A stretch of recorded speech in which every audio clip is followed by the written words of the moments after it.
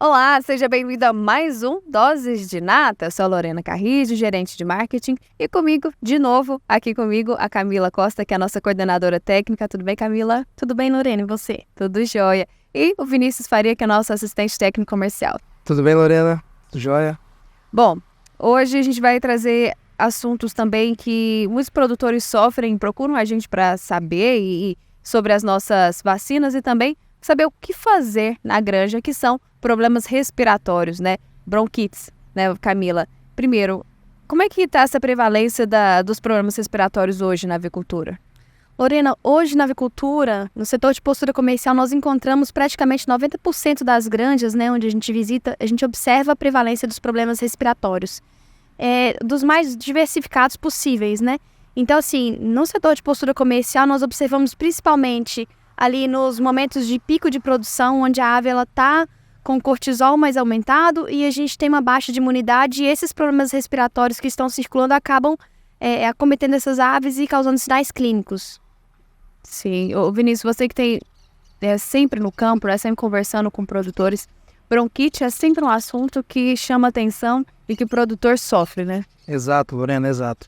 E igual a Camila comentou, na avicultura de corte não é diferente, né? Na avicultura de corte a gente também vê esses quadros bem evidentes, tá? Em matrizes pesadas, sofrendo com problemas respiratórios também, inclusive com a variabilidade de agentes, além da questão da bronquite também, agentes bacterianos presentes em alguns casos. Claro, né, a questão do frango de corte também, inclusive com altos índices, né, o pessoal tem tido hoje de condenações por aerossacolite em abatedouro, que é também um agente, né, são agentes, né, esses quadros respiratórios que causam um grande impacto também. E a Inata é referência em aves, em vacinas de aves, e principalmente a parte respiratória também, né, e a gente isola muitos agentes aqui, né, Camila? Quais são os principais? Hoje, Lorena, o que a gente tem mais isolado no laboratório é a coriza infecciosa. Para vocês terem ideia, tanto na parte de corte quanto na parte de postura, né? Postura é um pouco mais prevalente que o corte. Nós tivemos um crescimento de 10% de isolamento nos últimos 4 anos de coriza infecciosa. Então, assim, é um dado que ele chama muita atenção. Realmente, quando a gente chega no produtor, a gente percebe um quadro de cabeça inchada, que é o que o produtor percebe. A gente coleta esse material e manda para o laboratório. Nós temos tido taxas altas de isolamento. E assim como a coriza, nós também temos observado a prevalência da bronquite infecciosa. Ela tem chamado bastante atenção porque muitas vezes ela está associada aos outros agentes e complica bastante o quadro clínico. O produtor, muitas vezes, ele tenta tratar o lote, ele abre mão de vários medicamentos e o controle tem sido muito difícil e muito prolongado. E Vinícius, pensando em consequências, quais são as maiores consequências que acontecem nas granjas, tanto de corte também, quanto de poedeiras? Então, Lorena, principalmente essa questão dos prejuízos econômicos mais vistos, né, em ambas as cadeias, tanto na produção de ovos como na produção de carne, principalmente o impacto econômico quando a gente vê quadros respiratórios aumentados, então a gente vê a mortalidade aumentada também nas matrizes. Sim. E assim, da mesma forma, em poedeira comercial, a questão de produção fica bem comprometida, né, quando a gente vai fazer análises, inclusive de casca de ovos produzidos por ave, também fica comprometida devido à presença desses agentes. E tem não somente, né, claro que a gente está falando de agentes voltados para síndrome respiratória, mas a bronquite é um exemplo disso. Às vezes a gente fica preocupado, né, com quadros clínicos, a Camila também já vê bastante isso, voltado para esse agente que a gente sempre busca no campo, quadro de cabeça inchada, qualidade de casca ruim. Só que às vezes o que a gente vê, né, até as fases subclínicas da doença, que também acaba impactando de uma forma e às vezes fica difícil do produtor acabar identificando que é um prejuízo. Sim. Né? E o que seria essa fase subclínica, né? Então, onde ela vai estar impactando? Justamente em déficit de produção de ovos, fica abaixo de pico de produção ali, de curva de produção que o lote deve acompanhar, ela sempre fica abaixo, não consegue atingir pico de produção. E a fertilidade também dos ovos, né, quando a gente trabalha com essa questão de ovos férteis, também fica prejudicada. Que no final vai resultar pintinhos a menos no incubatório e a gente fica com um prejuízo econômico também grande nesse sentido. E, Vinícius, aproveitando, a gente teve um caso clínico, Lorena, que a gente acompanhou a campo, que chamou muita atenção, assim, de uma queda de produção de 40% em um galpão, né?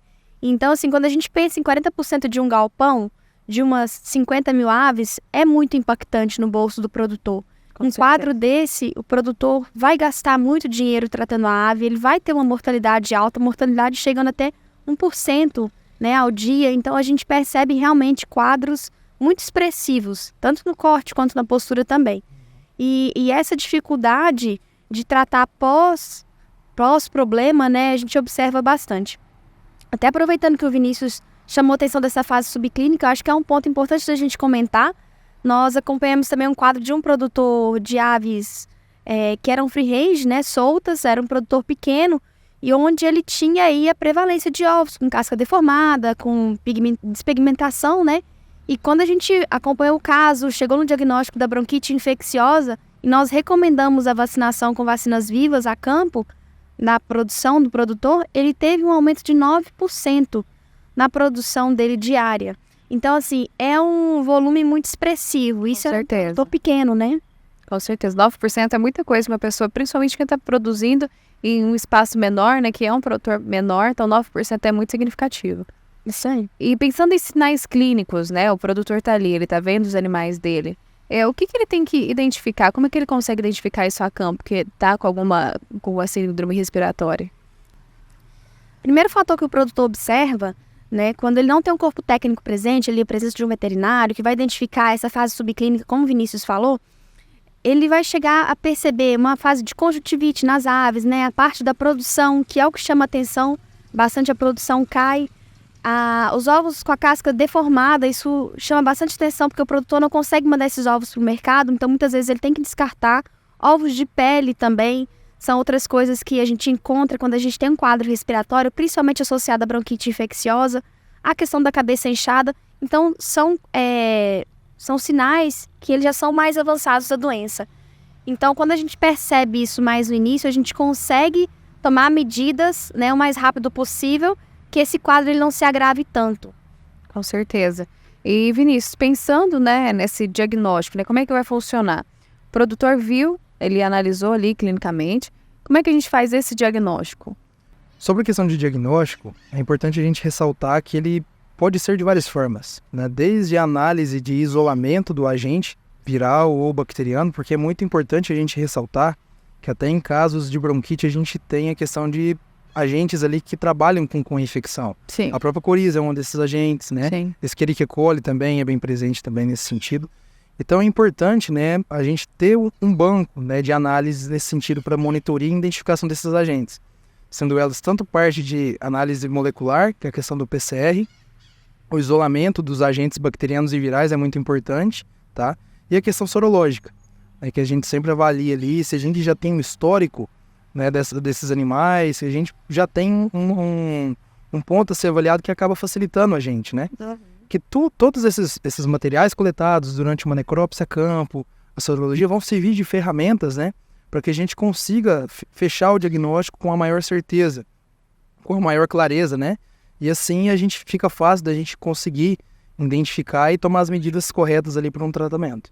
E, por exemplo, um produtor que ainda não trabalha com a gente, ele analisou, viu ali, como é que ele faz? Ele pode coletar alguns órgãos, mandar pra gente, como é que funciona isso?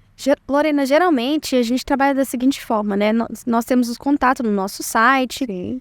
E pode entrar em contato conosco, nós vamos a campo para fazer essa coleta de material. É muito importante que essa primeira visualização seja com a nossa equipe, Sim. porque às vezes a gente percebe outros fatores que são relevantes também, né? O próprio manejo influencia bastante com alguns agentes, então é importante a gente conseguir ter essa visualização de todo o manejo da granja, como que estão os lotes, as idades, são lotes mistos ou se são lotes com idade única, entender um pouco qual que é a idade que está aparecendo o problema, o que realmente está incomodando o produtor, se é mortalidade que ela está acima do esperado, ou a produção que ela não está chegando no padrão que a genética pede, ou não está chegando no padrão da granja.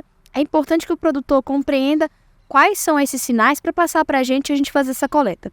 Quando não tem essa possibilidade do produtor, ele quer o mais rápido possível mandar aves para a gente não consegue atendê-lo de maneira imediata, a gente pede para ele estar enviando aves que tenham sinais clínicos, faz esse sacrifício das aves, envie elas para a gente orienta a melhor forma de enviar para o laboratório E aí a gente vai fazer as nossas análises aqui dentro para tentar entender realmente o que está acontecendo ali na granja e qual a forma que a gente consegue chegar ao diagnóstico mais completo possível, né?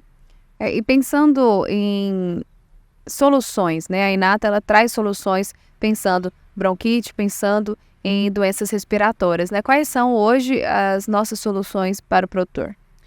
Hoje o Inata, ele traz uma linha de vacinas comerciais bem completa, pensando na parte de problemas respiratórios, e nós também temos as vacinas autógenas, para esses agentes que realmente a gente não consegue, né? Tem essa diversificação dos agentes das vacinas comerciais. Então, hoje nós temos a linha de vacina para bronquite, as vacinas vivas, a Big Mes e a Big BR, que são vacinas que conseguem ter uma ampla proteção, e temos também as vacinas inativadas, tanto para a parte de postura quanto para a parte de corte. Sim. E as autógenas, elas entram nisso também, Vinícius?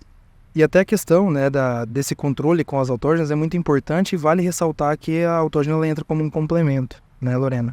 Até para a coriza infecciosa, né, que também é um agente, a gente tem as nossas vacinas, a Sinovac e Sinovac SE, que combatem, né, esses agentes bacterianos presentes na avicultura.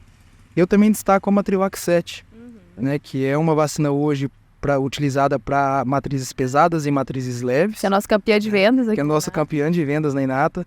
A gente hoje está com um share acima de 15% de mercado, inclusive crescendo cada vez mais, porque a procura desse agente tem aumentado. Até por conta da composição, da variabilidade de cepas presentes, né? Porque por mais que a gente ainda tenha essa quantidade de cepas na vacina, a gente consegue uma resposta imunológica muito boa, uma resposta produtiva dessas aves muito boa. Sim. E se acaba otimizando o manejo de aplicação, né? Que hoje a gente sabe que é um dos grandes gargalos, que é a mão de obra e a questão do número de agulhadas, né? Que a galinha acaba levando ali, principalmente em fase final de recria, pré-transferência para produção. Trazendo um bem-estar maior. Isso, então com a utilização dessa Matrivac 7, dessa nossa vacina, a gente acaba tendo uma excelência nesses resultados também. Com certeza. E tem a Levac, né, Camila? Isso, pensando no setor de postura, né, a gente estende um pouco o conceito aí de Matrivac. Para a Levac, a gente tem a Levac 8 e a Levac 9, são vacinas mais completas, no mesmo conceito aí da Matrivac, então traz vários agentes numa vacina, pensando realmente em facilitar a vida do produtor. A gente sabe que hoje o programa vacinal ele tem sido cada vez mais extenso, então a gente precisa realmente de vacinas completas e que atendam o produtor, trazendo soluções, né, ao longo da vida da ave aí, que fica por 2 anos pelo menos. Então a gente, com um óleo adequado, né, com um adjuvante adequado, a gente garante essa proteção longínqua e também títulos muito bons. Com certeza. E, Vinícius, você falou de matrizes, mas e com relação a frangos? Com relação a frangos, a gente também tem 2 produtos que têm ganhado bastante mercado hoje no Brasil, tá? Que é a questão das nossas vacinas vivas também contra a bronquite, que está aqui a nossa Big BR e a Big Mes, sendo a Big BR a utilização da cepa, né, variante nacional. E a gente tem tido muito bons resultados, tá? Pessoal, tanto com vacina campo como em incubatório. Temos excelentes resultados de EP, né, de GPD ali, com essa questão também de análise que a gente acaba levando em consideração. E justamente a questão, né, Camila, que é muito importante quando a gente vai olhar a questão de reações vacinais, né? A gente, com essas vacinas vivas nossas, a gente não é um achado que a gente tem visto, a gente tem tido excelência nessa utilização também, tá? Com certeza. Verdade. E Camila, pensando agora em problemas respiratórios, você acha que tem alguma coisa que a gente deve ainda citar para o produtor, para finalizar o nosso podcast hoje? Lorena, eu pensaria bastante da gente reforçar a parte do diagnóstico, monitoria, né? As monitorias são muito importantes. Hoje, o Vinícius já falou isso, os agentes eles estão muito integrados, então é difícil a gente achar uma figura de livro a campo. É difícil a gente achar um quadro de coriza isolado, de bronquite isolado, de pasteurela isolado. Então, a gente tem vários agentes ali ao mesmo tempo. Então, o diagnóstico ele se faz muito importante para a gente saber realmente o que nós vamos trabalhar, né? Vai ser uma vacina, vai ser ali um manejo de aplicação que ele não está da melhor forma, que nós temos que corrigir. Então, tudo isso a gente identifica a campo com nossa equipe, nós vamos fazendo treinamento com o produtor, tanto de vacinação quanto de necrópsia, enfim, o que o produtor tiver a necessidade para a gente conseguir identificar e deixar a equipe aí apta a reconhecer e trabalhar os desafios, né? Perfeito, Camila. É isso, né, Vinícius? Isso, com certeza. Muito obrigada a vocês dois por terem enriquecido tanto o nosso podcast hoje sobre assuntos que os produtores procuram muito e com certeza vai ser muito válido para eles. Então, muito obrigada por vocês estarem aqui comigo. Com certeza vocês vão voltar mais, porque tem muitos assuntos para falar, tem muitos agentes, tem muitas vacinas para tratar. Então, mas de toda forma, então muito obrigada, Vinícius, Camila. Obrigada, Lorena. Obrigada, pessoal. Bom, é isso. Muito obrigada a você que assistiu mais um Doses de Nata. E a gente volta com mais assuntos técnicos e relevantes sobre saúde animal de outras espécies também. Vamos trazer também o nosso gerente de bovinos com assuntos mais técnicos também, o pessoal de suínos, enfim. Tem muitos assuntos para serem tratados. De toda forma, muito obrigada por ter acompanhado a gente e a gente se vê em breve. Tchau, tchau.